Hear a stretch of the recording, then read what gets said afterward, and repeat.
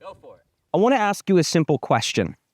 Would you feel nervous giving $10 to a homeless person, a homeless man?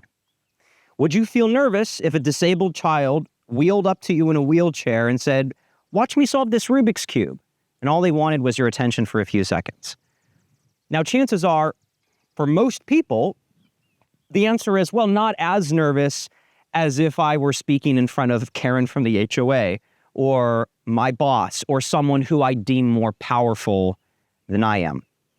And I want to explain why that is, because there is a reason why we feel different in front of a celebrity, employer, relationship partner, close friend, child, elderly, or homeless. And it's not that any of these are less valuable than the other. It's that you view yourself differently, and elite communicators know how to reshape and resculpt a part of how they view themselves that allows them to show up in front of every person or any person the same way. Because there are fundamentally two qualities that are the most attractive qualities in a communicator, and it's your ability to be playful and at ease with yourself, and it's your attentiveness. It's knowing that someone is listening to you and that you can trust them with information. And so what I want to share with you in today's video is how elite speakers are able to talk to the wall, the daffodils on the living room table, the same way that they're able to talk to someone they're meeting for the first time, where every word matters, but that's not where their focus is.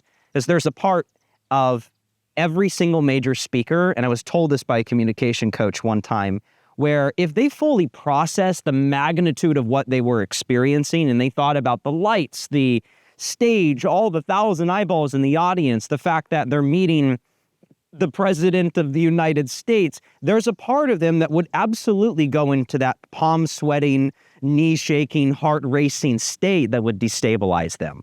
But what they know how to do is focus their attention on two things. And we're going to talk about these in a minute.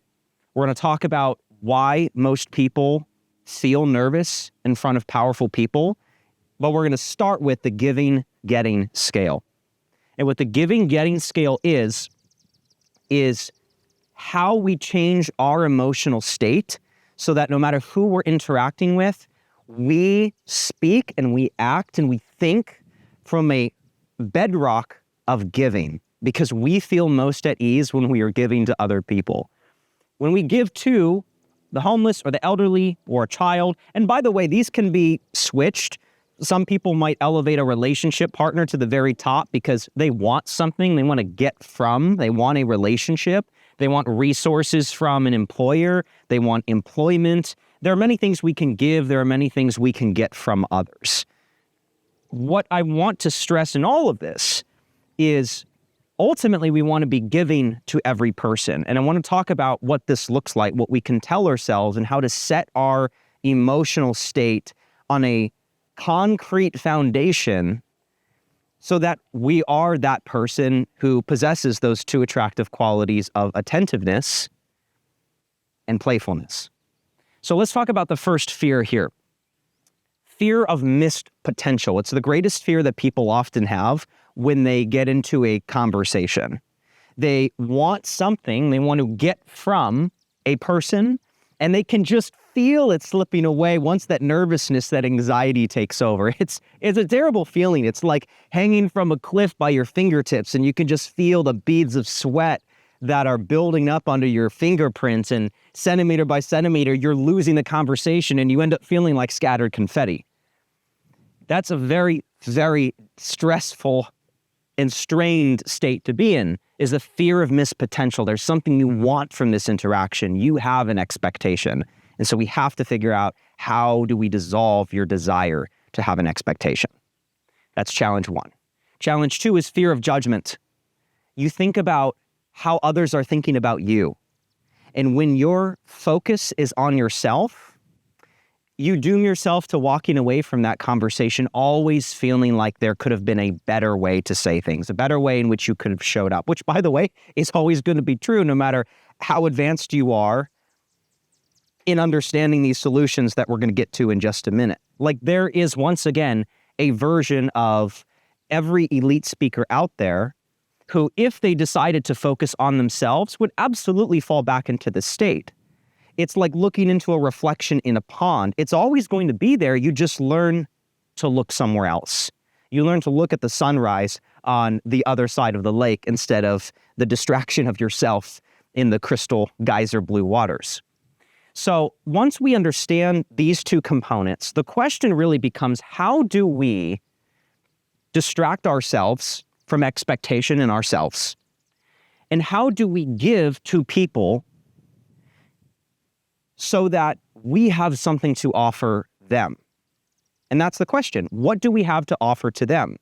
Well, we don't want to come off as like, and this is what most people do, they're like a rusty barnacle on the hull of a ship, where it's all about, oh, how can I follow this person's jet stream, for example? How can I coast and attach my caboose to their train?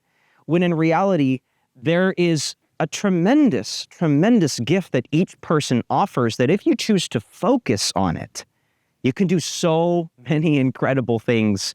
And I want to show you how. So the first is actually how I often center myself before video or before any kind of performance. And I learned this when I reached out to, last year, 2 years ago at this point, I sent emails out to 20 world champion public speakers, and I asked them a simple question. I actually asked them 3 questions, one of which was, what do they do before they step on stage so that they don't think about what paralyzes and puts most of us into a mental state of catastrophe? And that was this exercise of peripheral vision, which is where you take your hands, and you can do this without your hands, but peripheral vision is the fringe of your vision on the corners. So if you put your hands out in front of you and extend them to the left and right, there comes a point where they disappear. And what that does, if you look straight and you just focus on watching your hands disappear, what you find is you've kind of put yourself into this blur, this frosty windshield of focus. You're not really looking at anything in particular. You're in this dazed, almost woozy state.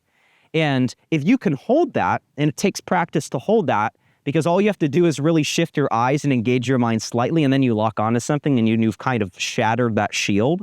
If you can learn to hold that, you'll actually find your nervous state calms down tremendously. This is why breathing, box breathing, where you breathe in for 4 seconds, you hold for 4 seconds, you exhale for 4 seconds, and then you pause for 4 seconds. That is another physical trigger to accomplish the same thing that peripheral vision does, which is distracting your focus, or rather allocating your focus onto your body so that it's less aware of the bright lights and everything that's happening. So peripheral vision is a great way of centering yourself and giving yourself a physical trigger before you offer a gift. Some of the most happy people I've met, in fact, arguably the most happy people I've met, are those who are constantly in a state of giving. They're in a bubble of, not even a bubble, they see the world as a world of abundance where they are not intentionally trying to hold things back that they could be giving to other people. And it's something I admire tremendously, and it's something that the more that I've tried to cultivate, the more that I've seen it put myself at ease, and it's allowed me to step into these different environments and be the same person as if I were giving $10 to a homeless person, or giving a gift to a child, or ministering to an elderly person. So this is the second solution, which is the mental primer. And the mental primer is a simple phrase that I want you to repeat, and it is, I'm here to offer the gift of my time, attention, and presence to the person before me, or persons before me. I'm here to offer the gift of my time, attention, and presence. Those are 3 gifts that you can always give: your time, your attention, and your presence. And there is some carryover between the two, but they're fundamentally very different things. Your time is your most precious resource. And so when we talk about money, you're offering something more valuable than money. That's a tremendous gift. Your attention, which is really the lack of looking around. It's focusing on the person in front of you, just like I'm focusing on the people watching this video. I could be distracted by the beautiful scenery here. I'm choosing to lock in and administer a message. And then your presence. And your presence is really more so in the body language and in your ability to listen to another person and just be there. Not thinking about the past, not thinking about the future, just being there with the person. The ministry of presence. And what you'll find, the more that you practice this, we've actually ran through this as an experiment with multiple people inside of Elite Speak, one of our programs. And I found it takes between 20 to 30 times of practicing this in order for these to become passengers in the back seat. They're still there. Once again, they're a reflection that if you focused on them, they absolutely would jump out at the water like Frodo looking at the dead elves in Lord of the Rings. Like they're there trying to drag you down into the depths of the bog. But if you decide to focus on centering yourself, blurring that focus, putting yourself into a calm neurological state, and then centering your mind and your intention, and you might have to repeat this several times in the conversation, that Karen from the HOA won't feel so scary anymore.